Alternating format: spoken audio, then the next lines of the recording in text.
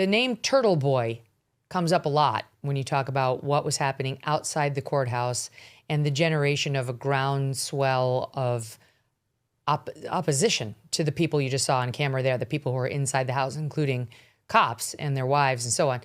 Who's Turtle Boy? So first, just to comment on what they're saying, I think it's horrible that people's lives get ruined and people get accused of things like this with very little evidence and, go after their kids and their livelihoods and things like that.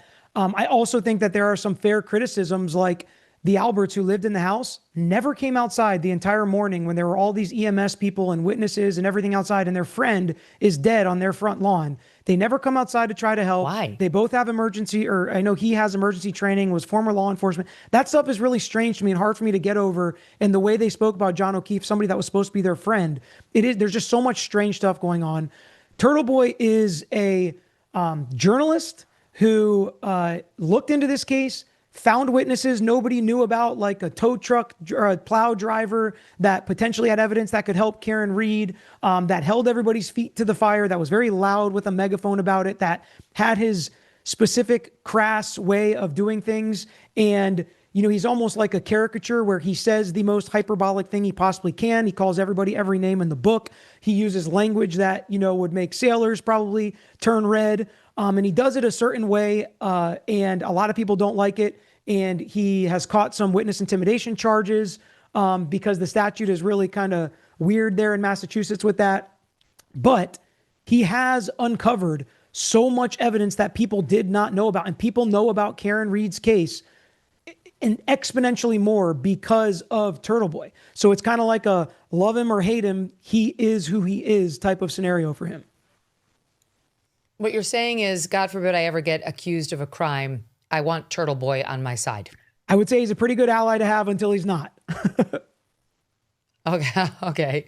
And he was at both trials. Yeah, I think he's been at everything, and his whole case, people are now following as well, his criminal charges that are going on. I've actually gotten to know his lawyer, one of his lawyers a little bit, Mark Betterow, who's an amazing lawyer, awesome guy. I've talked about this Karen Reed case a lot with him. So I know he's got great representation, and they've already won. A couple of the criminal cases have been dropped because the DA and the law enforcement there just can't get out of their own way. They have all these prosecutors that are conflicted off cases. Nobody could end up prosecuting one of Turtle Boy's cases, so they just had to drop it. So it's a whole other separate saga himself. So if you're teaching this class in a law school, Peter, what would you say this case is about? How not to investigate and prosecute a case. I think I could do a lot of sessions on the appropriate way, what ethics look like. Even if you think somebody is guilty, if you can't put the lead investigator on and you can't put half your evidence on because you don't trust it yourself, maybe you shouldn't be prosecuting this case, and not staking your career and risking it all on one case and realizing mistakes will be made in life and we just have to let the chips fall where they may. As a criminal defense attorney, you learn to fight, to dig, even if the judge sometimes can be very difficult, even when it seems like everything is stacked against you. It's also a lesson in PR. Like the way the defense attorneys have done their interviews and set up Karen Reed to do interviews in ways that I disagree with. I would never have had Karen Reed do any interviews. They said they welcomed them being played at trial. So it could be some lessons on that, some great lessons on cross-examination, some great lessons on civil litigation, how to try to get federal documents where you request them from the federal government and then try to show them as unbiased third party, bringing experts into the case, investigating an investigation. So many interesting nuances to this case that law students could learn from, but you don't always want to learn from the exception, right? Well, what you said about the star witness reminded me of something. When I was a young lawyer, I tried a civil case in upstate New York, and we were so clearly in the right on this civil case. It was just so obvious that our guy was telling the truth and the other party wasn't. Because we knew our star witness very, very well, and we knew all his entire employment history and all this stuff. But the judges always try to push a settlement in a civil case, and in a criminal case too. They try to push you to take a plea if you're at all open-minded, so they don't have to try it to verdict. It's much better resolution where it's agreed to. And he was looking at the other side, pointing out like all the evidence that they were in the wrong. And then I said, "What's he going to say when he looks at us? Because we're in the catbird seat here." And he said, "How do you like your lead witness?" And the judge was exactly right, because even though the facts were totally on our side, our star witness was not likable. And the judge knew it. And we stuck by him. Of course, we were like, oh, he's good. He's fine. He wasn't. The jury didn't like him.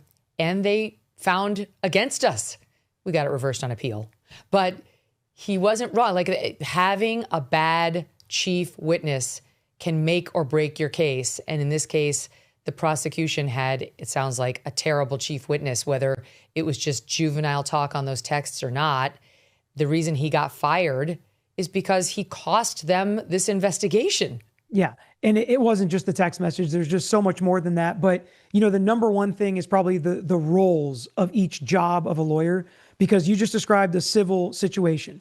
And as a criminal defense lawyer, the way you want to look at it and what your duty is and how you try a case, how you handle a case, all of those roles are incredibly different than a prosecutor who is only there to find truth and justice. And sometimes that's making hard decisions and letting people you think might be guilty go and not prosecuting those cases because you have all the leverage, all the power to ruin people's lives. There's very little repercussion when you lose. And that's a very big responsibility and power that you have as a prosecutor that makes that job very different than a criminal defense lawyer or any type of civil lawyer. And that, to me, was where this case could have been handled more appropriately.